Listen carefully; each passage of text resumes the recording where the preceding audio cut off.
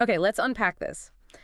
Think about those moments in life, when a single decision feels like it holds, well, basically the weight of your entire future. Oh, absolutely. It's immense. And for so many of us, choosing a college major sits right at the top of that list.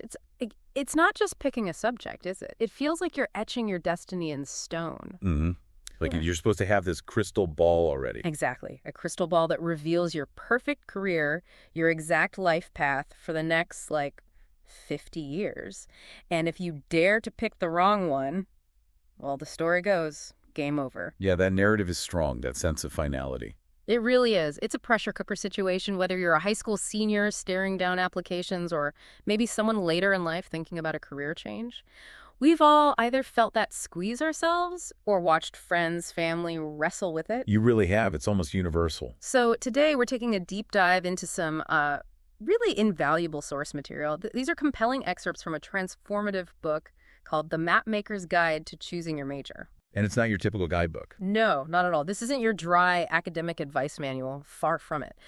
This guide is crafted in this incredibly engaging, almost mythical storytelling style. It's designed to completely reframe what feels like this daunting, high-stakes decision. Into something else entirely. Right, into an exciting, empowering exploration.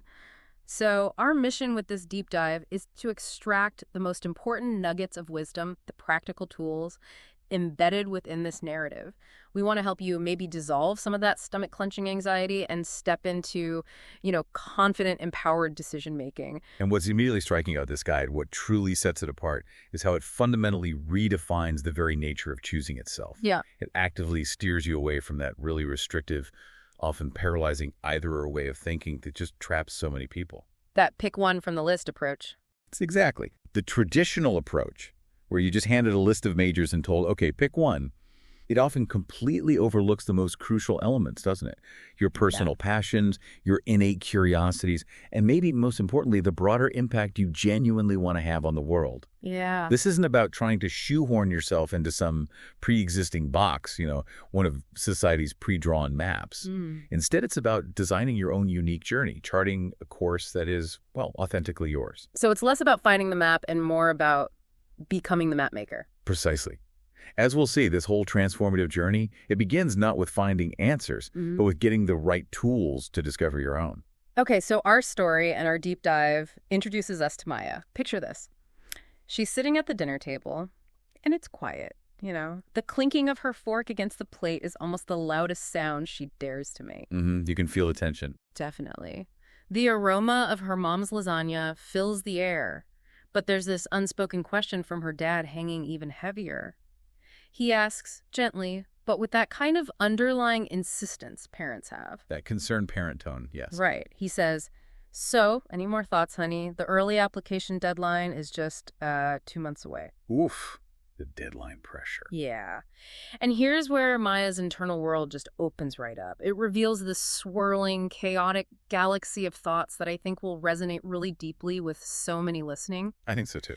On one hand, there's biology. Her teacher genuinely believes she has a knack for it, which, sounds promising. Sure, external validation. But then the mere thought of advanced organic chemistry makes her stomach clench. Like a physical reaction. It feels heavy. Yeah, that visceral feeling is important. It's data. And there's graphic design. Oh, how she absolutely loves to draw. It's pure joy, real passion. But right. The starving artist trope. Exactly. That phrase echoes relentlessly in her mind, a ghost story, as the source puts it, told by well-meaning relatives. And this fear, it's more societal than personal, right? It just shuts down that creative spark. It really does. It stifles the dream before it even gets going. And finally, computer science. The responsible choice. Ah, yes. The safe path. It's practical, it's safe, it's seen as a guaranteed ticket to a stable future. By all external measures, it's the logical path. But for Maya, thinking about a life in computer science felt like volunteering to live in a world painted gray. Wow. That's a powerful image. No color, no vibrancy. Just practicality. A life without color, kind of devoid of her true passions. It sounds soul-crushing, honestly. And this whole internal battle leads to her core fear, one that is just heartbreakingly universal. Every option felt like a door, and choosing one meant locking all the others forever. That's it right there. The fear of closing doors permanently. The pressure was immense. It was the first truly monumental decision of her life, and she was terrified of getting it wrong. She saw her future like a hallway lined with countless closed doors, and picking just one meant, well, resigning herself to never exploring any of the others. It's the ultimate fear of missing out, isn't it? Projected onto her entire life. Totally. And that really brings us to a fundamental psychological hurdle. It's something we all encounter, not just when choosing a major, but, throughout our lives. It's that universal human tendency to see choices as these huge, final, irreversible commitments. Dead in stone. Exactly. Maya's experience perfectly illustrates this all-or-nothing mindset, which can be absolutely paralyzing. For young people especially, facing such a big life step like a college major, this fear of getting it wrong. It isn't just about picking the wrong classes. It feels like failing at your entire future. Wow, yeah. The stakes feel incredibly high. They do. And this mindset, this feeling of being trapped by a decision, it doesn't just appear out of nowhere. It's deeply reinforced by these pervasive societal narratives we're all swimming in. Like what? Well, think about it. We're constantly bombarded with the idea of a singular dream job, right? Or a perfectly linear career path that everyone's supposed to magically discover and follow without any deviation. Right, like there's only one right path for you. Precisely. And if you don't find that one perfect thing early on, the implication is you're somehow behind or lost, or maybe you've even failed already. And that pressure can be incredibly stifling. Yeah, it pushes you towards choices based on what seems safe or expected. Exactly. Like the safe computer science option for Maya. It offered security, maybe, but no joy. It pushes you away from internal drivers like genuine passion or a sense of purpose. It's as if society hands you this pre-drawn map, often a very narrow one, and insists this is the only valid route. When life is way messier than that. So much messier and dynamic and open to individual charting. This whole section really highlights the profound emotional burden that comes with such a rigid, predefined view of decision-making. It makes choosing feel like a life sentence rather than, well, a launch pad. Okay, so Maya, unable to focus on her homework, the weight of these choices just pressing down, she does what many of us do when we're feeling completely overwhelmed and lost. She goes for a walk. Trying to clear her head. But even her familiar neighborhood, usually a source of comfort, feels strange and labyrinthine, mirroring her chaotic internal state. She's lost, both literally and figuratively. Which is kind of the perfect setup for what happens next. Totally, because tucked almost secretively between a modern coffee shop and a busy laundromat, she spots it. A small, unassuming store she swears she'd never noticed before. Intriguing. The windows are filled with these fascinating old globes and rolled-up charts, and a small, swinging wooden sign proudly proclaims, "The Compass and Quill, Maps for Lost Travelers." Wow, almost too perfect, right? But exactly what she needed. It sounds almost absurdly quaint, maybe like something out of a fantasy novel. But in that moment of desperate searching, it's precisely what she feels she needs. A place that promises guidance for people who are lost. You'd go in, wouldn't you? Absolutely. She pushes open this heavy oak door, a gentle bell chimes, inviting her into a world that feels kind of suspended in time. The description of the shop is just wonderful. It really immerses you. What's it like? It smelled of old paper, leather, and something like spiced tea. It's cluttered but organized, every surface teeming with fascinating artifacts, with floor-to-ceiling shelves holding everything from celestial charts to worn atlases of forgotten kingdoms. Oh, I can almost smell it. You feel the history. You really do. You can almost feel the stories whispering from the walls. And behind this massive, polished wooden counter, she meets Elias. The Mapmaker, presumably. He's described as an old man with kind eyes that crinkled at the corners and a wild mane of white hair. His presence is immediately comforting, radiating this sense of quiet wisdom. And their initial exchange, it just perfectly sets the tone for everything that follows. It establishes the central metaphor of the guide. Elias's voice is warm and rumbling as he greets her, a traveler in need of a map. He knows. And Maya, still reeling from her internal chaos, the sheer scale of her dilemma, she stammers in response, I guess.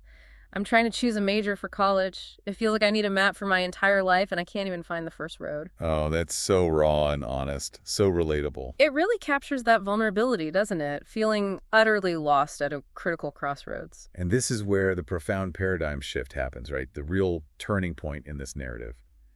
Elias, seeing Maya's distress, he chuckles softly, this knowing sound. And then he tells her something crucial. What does he say? He says, people always come in here looking for a map.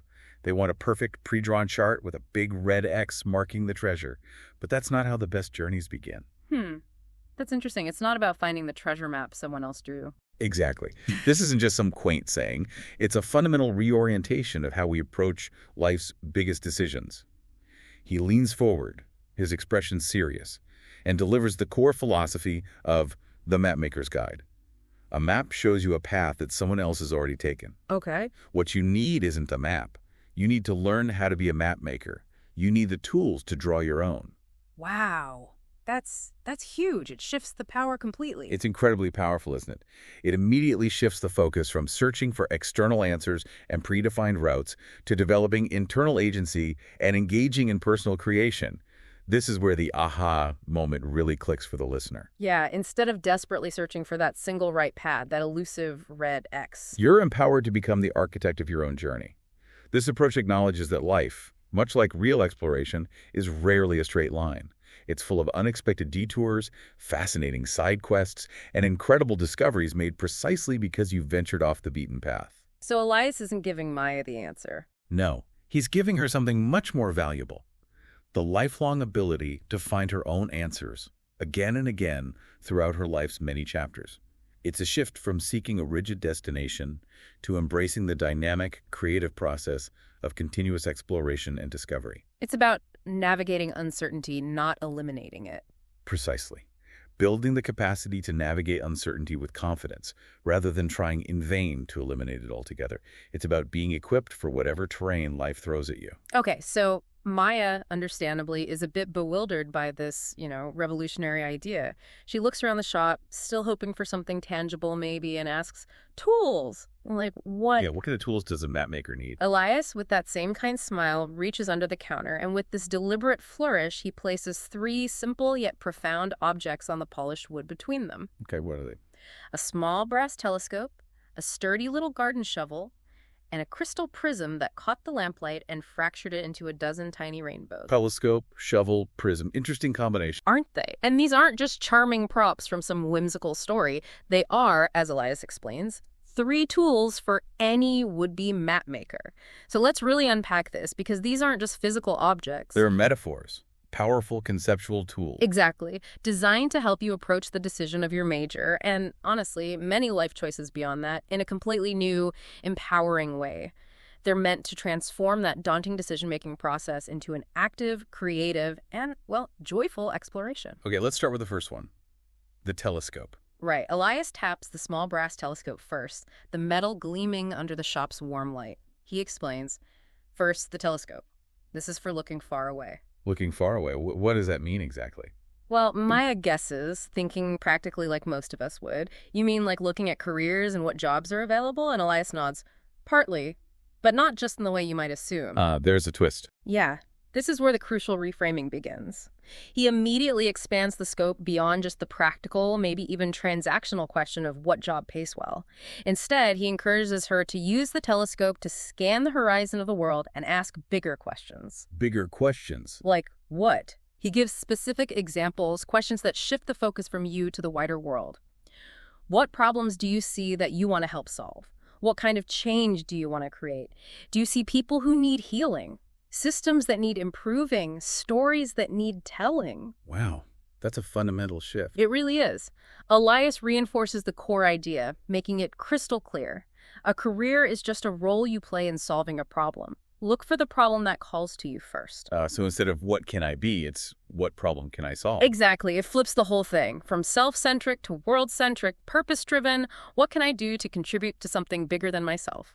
And what's so liberating about focusing on problems rather than titles is, well, it just opens things up, doesn't it? Instead of trying to force yourself into a restrictive job description, like accountant or software engineer, labels that often feel limiting or, frankly, uninspiring, you're asked to identify the issues that genuinely stir something within you. The challenges you feel a pull towards. Right. The ones you feel a deep pull to address. Yeah. And this allows for a much broader, much more authentic exploration of potential paths. Can you give some examples of how that works? Sure. Let's take someone passionate about healing people. Initially, they might only think, okay, surgeon or family doctor, but with the telescope, their view expands massively. How so? While they might consider nursing focusing on direct patient care, empathy, Or maybe public health working on prevention, community wellness, perhaps medical research delving into breakthroughs for specific diseases, or even something like developing therapy apps using tech to make mental health support more accessible. All solving the same core problem, healing people, but in totally different ways. Exactly. Different avenues, different skills, different impacts. Or take improving systems. Your first thought might be business management or civil engineering. Nope. But the telescope broadens that. It could lead to urban planning, designing better, more equitable cities, logistics, optimizing how things move, software engineering, not just coding, but building elegant solutions for complex processes, or even political science, aiming to reform government structures. Or if stories that need telling resonates. It's not just being a novelist. It could be investigative journalism, documentary filmmaking, creating content for social justice movements, historical preservation, making sure important narratives aren't forgotten. So this approach really encourages deeper thinking. It really does. Critical thinking and self-reflection. How can you identify the problems that genuinely resonate? It doesn't have to be some huge, abstract, global issue either. It could be local or personal. Absolutely. Observe frustrations in your own community. Follow global news and see what pulls at you. Reflect on personal experiences, maybe a challenge you or a loved one faced. When you start with the problem, the potential solutions, the majors, the careers, they unfold much more organically and meaningfully. It aligns your efforts with a deeper purpose. Exactly. You move from just choosing a path to identifying a mission. And that's a far more powerful motivator. So how do you actually apply this? The practical guide, Your Own Compass and Quill, has a concrete step. What's the action? It calls you to grab your telescope, look outward. The actionable step is to make a list of 3 or 5 big problems in the world that you genuinely care about. Don't limit yourself here. Think broadly. Climate change, mental health care access, misinformation, economic inequality, whatever speaks to you. Okay, got the list. Then what? Then the crucial next step.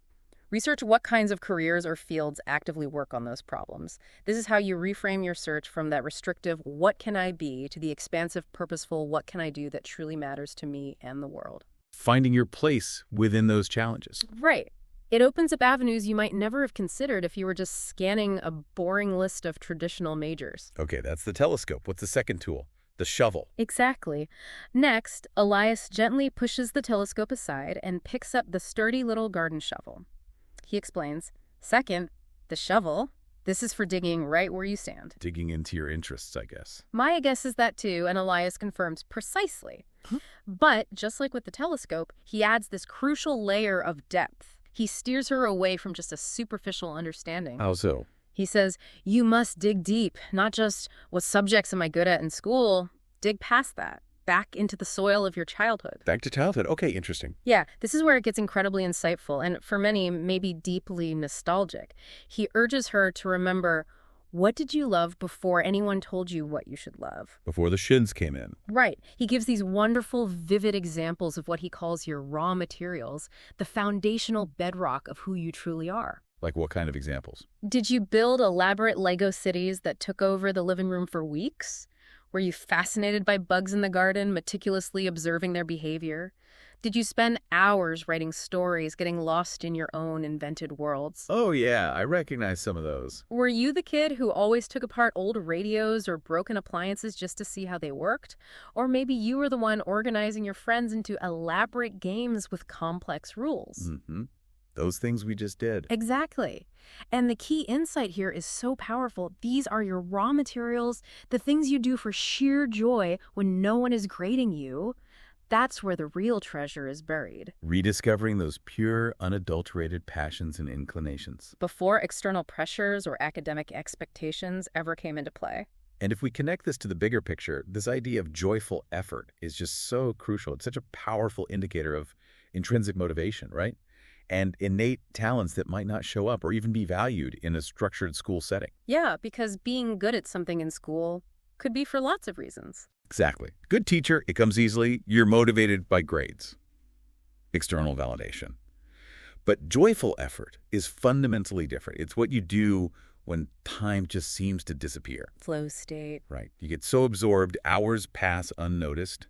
It's the activity you gravitate towards just because you love it, regardless of any external reward. So it helps distinguish between good at and love. Absolutely. You might be good at math in school, solving equations quickly. But what you truly love might be figuring out complex video game puzzles, or meticulously optimizing your budget, or designing intricate spreadsheets for your hobbies. All involve logic, but the context is joy. Precisely. Or you're good at writing essays for class. But what you truly love is spending hours crafting fantasy worlds, writing song lyrics, creating detailed fan fiction. Things you do just for you. So we really encourage you, the listener, to pause and reflect. What activities make time disappear for you? What would you do even if you weren't paid for it, or if it wasn't required? Sometimes those childhood things seem trivial, but maybe they aren't. Not at all. Organizing stuffed animals into hierarchies. Maybe that points to an interest in systems, management, sociology, drawing maps for imaginary worlds, passion for spatial reasoning, design, storytelling. These seemingly small sparks of joy are often the most potent fuel, They represent your authentic self. waiting to be unearthed. So how do you pick up your shovel and start digging? The guide suggests a very practical application in your own compass and quill. Okay, what's the exercise? Make 2 distinct lists. List A, academic strengths. This is pretty straightforward. What school subjects do you genuinely enjoy and consistently excel at? What comes easily in a formal learning setting? Got it. List A, school strengths. But then list B, joyful effort. This is where you dig deeper. What do you do purely for fun that requires skill, dedication, or creativity? Think beyond school. Okay, give me some examples for list B. Mastering a complex video game, creative writing, fanfic, poetry, journaling, baking elaborate desserts, fixing things around the house, organizing events for friends, coding a personal website just because. Things that require effort but feel like play. Exactly. And the guide strongly emphasizes, pay special attention to list B. Your authentic passions and unique inclinations often hide there, waiting to be rediscovered and cultivated, That's where your internal compass is. waiting to be unearthed and aligned with your future path. Okay, so we have the telescope for looking out, the shovel for digging in. What's the third tool? The prism, the magical one. Right. Finally, Elias holds up this captivating crystal prism. He lets it dance in the lamplight, fracturing the single beam into this riot of colors across the shop wall. And third, the prism. This is the most magical tool of all, he declares. It sounds intriguing. What does it do?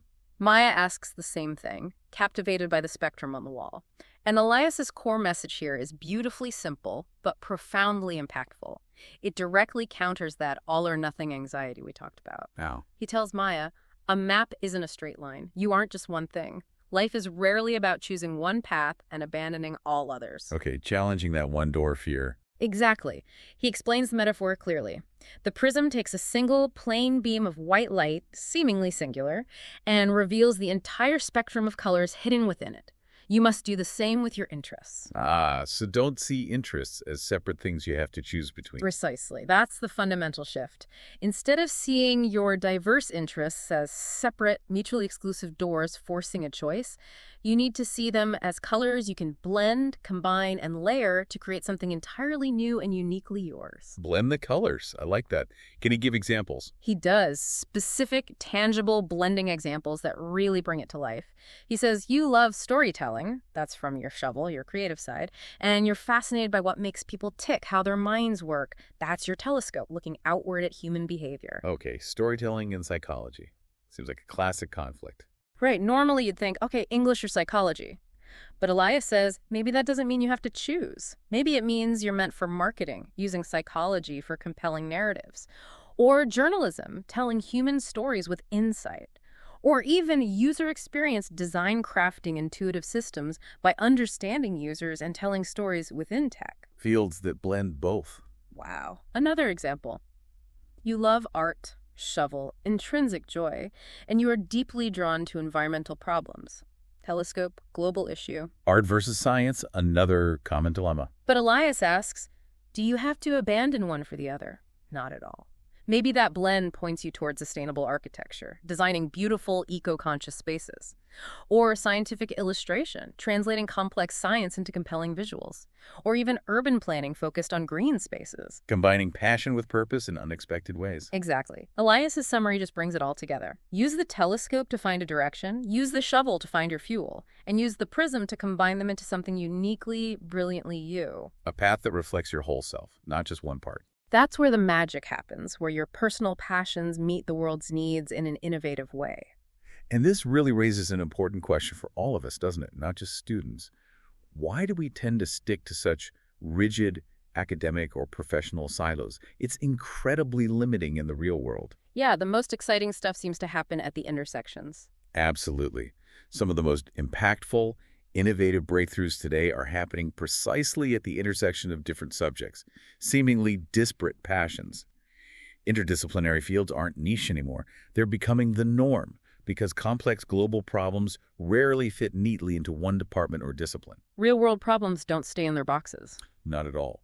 True innovation in tech, healthcare, social justice often happens when seemingly unrelated ideas are combined in novel ways.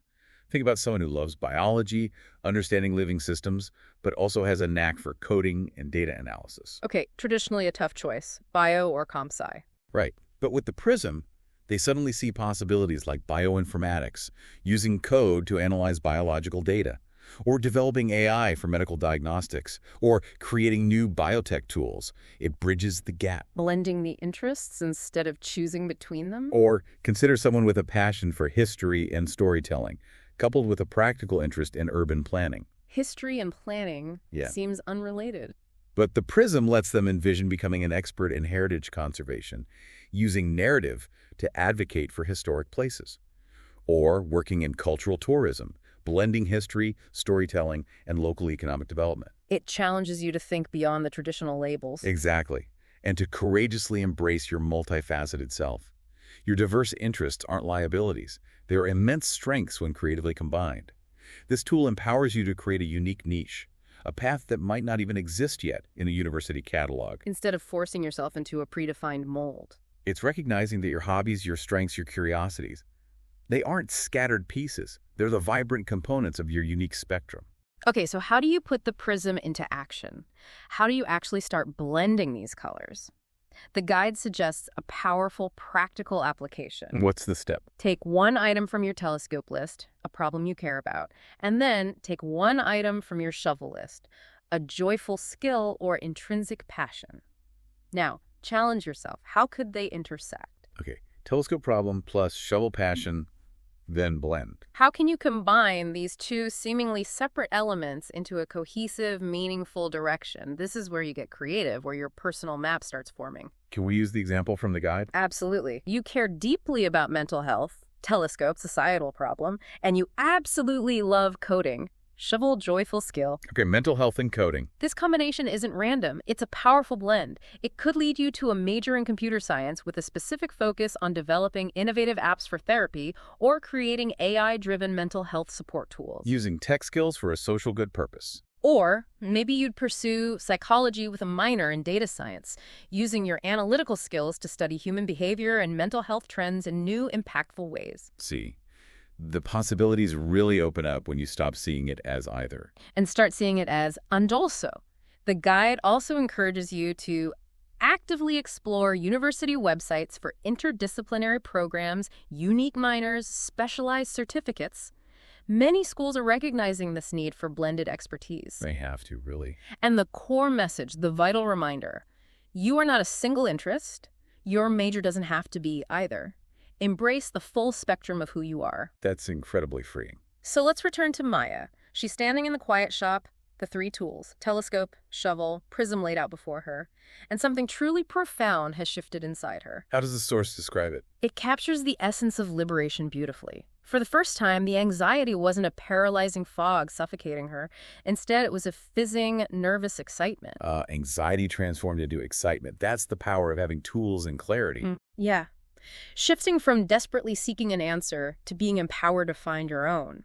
And her profound realization, the real breakthrough moment, is a total game changer. What does she realize? The question was no longer a terrifying high-stakes multiple-choice test with one right answer and countless wrong ones. It was a blank piece of paper, vast and full of possibility, and she'd just been handed a pen. Agency. She can draw her own map now. Exactly. And the guide then walks us through her thought process as she immediately starts applying Elias's advice to her specific situation.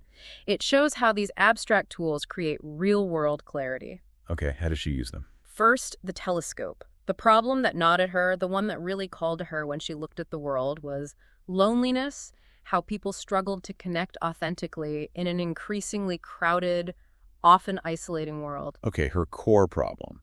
Loneliness, lack of connection. Then she picked up her shovel, dug inward, remembered moments of effortless joy. She recalled spending hours as a kid creating intricate family trees for her favorite fictional characters, fascinated by how they were all connected. Ah, connections again. And systems. How their relationships formed complex webs. She also realized she loved getting lost in history documentaries, understanding how past events shaped the present, revealing the underlying systems of human society. So her joyful efforts point to fascination with connections, history, systems. Exactly, her foundational bedrock. And finally, she picked up the prism, held it to her eye, and the world, her interests, her future, fractured into this beautiful, vibrant spectrum. What did she see? She saw clearly that her interest in human connection, telescope, and her love for history and systems, shovel, weren't separate, disconnected fragments. They were a blend, a harmonious blend. Okay, connection plus history systems. Where did that point her? This fusion pointed her towards sociology, where she could study the structure and dynamics of communities, or anthropology, exploring cultural stories and how humans connect, or even political science, understanding how societies build systems of cooperation. Notice how specific, meaningful majors emerged from her integrated self, not from a list. Exactly, organically, rather than being forced into a box. And what's truly fascinating here is Maya's crucial, liberating insight. The source puts it so well.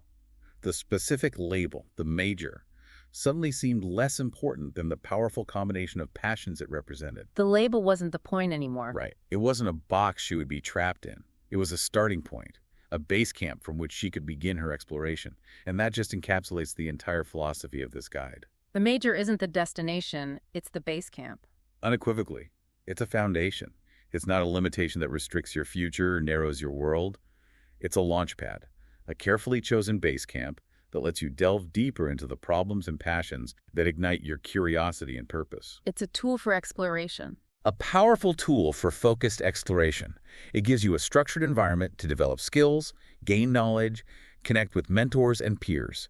It's a place to refine your understanding of the problems you want to solve. And discover how your unique talents fit in. Exactly. Maya's journey reminds us the ultimate value isn't just the degree or the job title. It's the profound journey of self-discovery, purposeful learning, and continuous growth that it facilitates. It's about building that robust base camp. So you can launch countless future expeditions. Into the ever-evolving landscape of your life, yeah. Wow. So with this huge shift in understanding, Maya looks up at Elias and there's this genuine smile spreading across her face. Real relief, empowerment, excitement. She gets it now. She tells him, I don't have the answer yet, acknowledging it's a process, right? But I think I know how to find one. And Elias's response. Equally profound, he beams this look of pride and affirmation. Excellent. That is the only answer that truly matters. He wasn't looking for her to pick a major right then. He was looking for her newfound ability to navigate her own path. Confidently and authentically. Right. And Maya then left the shop without a map, the kind that tells you exactly where to go.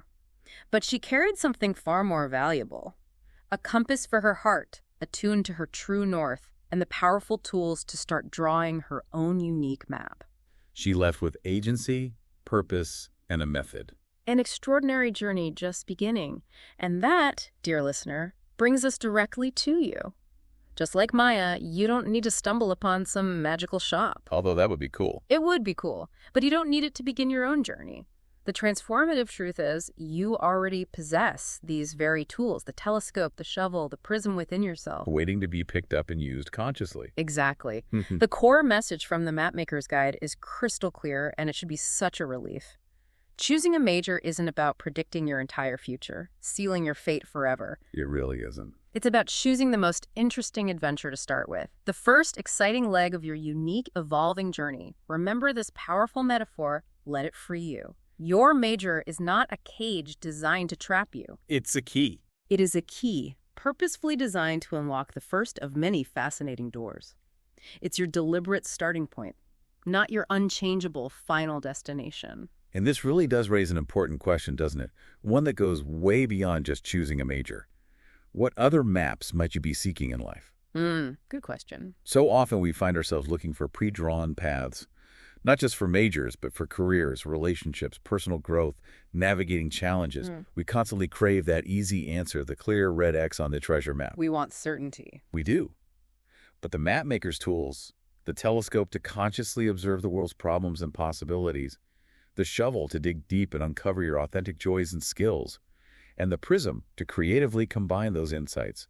These tools are universally applicable At any big decision. Absolutely. We truly encourage you to take these same powerful tools and apply them to any significant decision or challenge you face. A major career change, a new personal project, even navigating a complex family situation. How that will... Ask yourself, what problems do you genuinely see that need solving in any aspect of your life? What are your true joyful strengths? Those activities where time disappears. And how can you use that prism to blend those external observations and internal passions into a unique, authentic solution or a clear, self-directed path forward? Be your own map maker every day. Every single day is an opportunity to consciously choose your direction, fueled by your unique combination of purpose and passion. Now, go draw your map.